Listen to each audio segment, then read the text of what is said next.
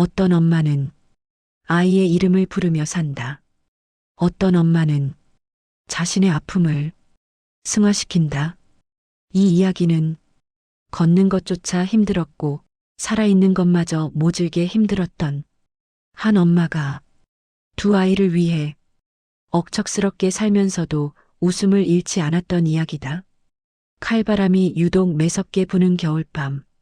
길가에는 모두들 두터운 외투를 질끈 여미며 집으로 향하는 와중에 오늘도 엄마 정희는 소아마비 후유증으로 절뚝거리며 한쪽 다리를 절며 걷는다. 정희는 미혼모로 두 아이를 홀로 키우고 있는 싱글맘이다. 지하철 출구 앞 사람들이 퇴근하는 시간에 정희는 붕어빵 틀을 펼친다.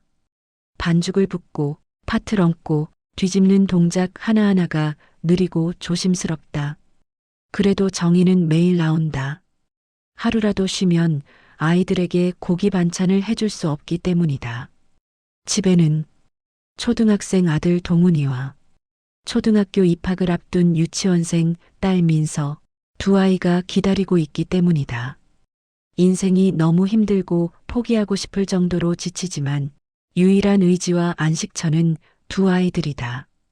두 아이들만 생각하면 추운 동장군의 칼바람에도 정희는 힘이 난다.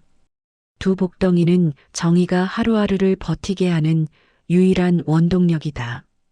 어느 날 갑자기 몸이 심하게 아프고 피를 토하는 일이 자주 생기자 정희는 병원을 찾았다.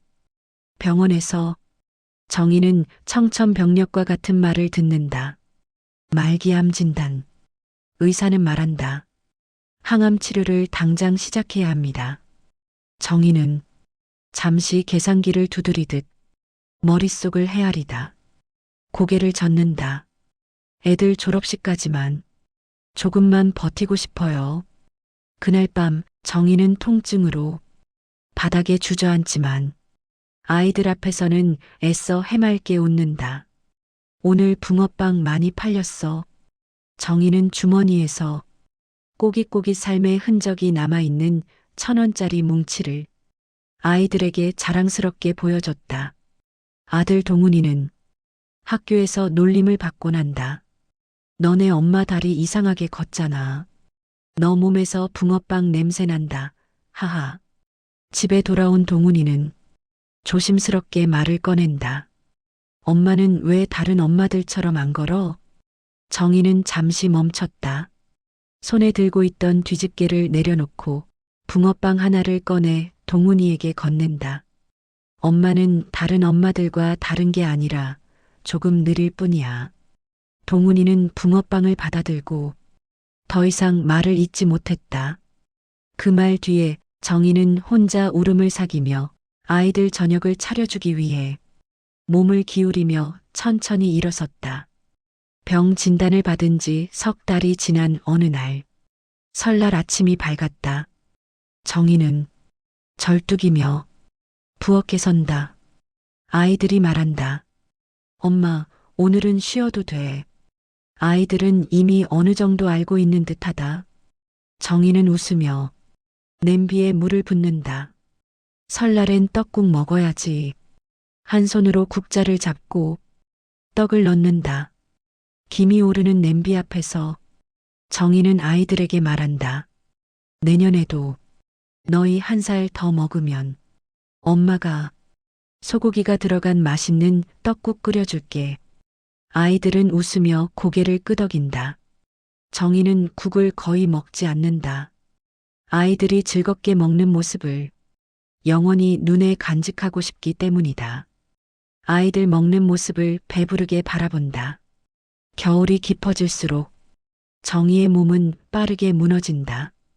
붕어빵 노점에서 피를 토하고 사람들 눈을 피해 조용히 닦아낸다.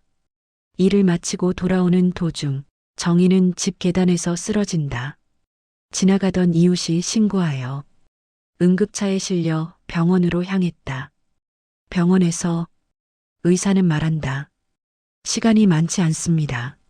마음의 준비를 하셔야 해요. 정희는 아이들 얼굴이 주마등처럼 지나가면서 하염없이 눈물을 흘렸다. 퇴원 후 정희는 일주일 중 하루만 노점을 연다. 점점 짧아질 것 같은 두 복덩이들과의 시간을 보내기 위해서이다. 삶의 종착점이 다가오는 어느 날, 정희는 붕어빵을 팔면서 돈을 받지 않았다. 오늘은 행복해서요. 사람들은 따뜻한 붕어빵을 받으며 고개를 갸웃한다. 그날 밤 정희는 아이들에게 봉투를 건넨다. 아내는 그동안 붕어빵 장사로 모은 돈과 손수 쓴 편지 한 장, 엄마가 사랑하는 너희에게 남길 수 있는 건 많지 않아. 그래도 겨울마다 붕어빵 냄새가 나면 엄마를 한 번쯤 떠올려줬으면 엄마는 정말 행복할 것 같아. 설날엔 꼭 떡국 끓여 먹어. 엄마는 그 냄새를 따라 너희 곁에 와서 같이 먹을게. 서로 싸우지 말고 오빠랑 동생이랑 사이좋게 꼭 지내야 해. 엄마랑 약속하기. 그 말을 들은 민서는 울면서 고기 반찬을 엄마의 밥그릇에 다소곳이 놓았다. 작은 밥상에 둘러앉은 세 식구는 떡국을 바라보면서 서로 부둥켜 안고 조용히 눈물을 흘렸다. 정희가 떠난 뒤 첫 설날, 부엌에는 아이들 둘만 서 있다. 큰아이 동훈이는 서툰 손으로 떡국을 끓인다. 그릇은 세 개. 딸아이 민서가 말한다. 엄마, 우리 한 살 더 먹었어. 아이들은 엄마 몫의 떡국까지 식탁에 올린다. 아무도 먹지 않지만 아무도 치우지 않는다. 엄마의 따뜻한 온기를 계속 느끼고 싶어서였다. 엄마는 이제 떡국을 끓여주지 못한다. 하지만 그 약속은 아이들의 설날마다 살아있다.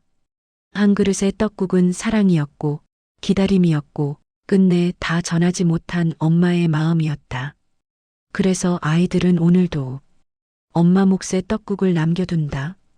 엄마와의 약속을 지키기 위해서이다. 엄마의 포근한 냄새를 기억하기 위해 두 아이들은 손수 끓인 떡국을 보며 먼저 하늘나라로 간 엄마를 그리워했다.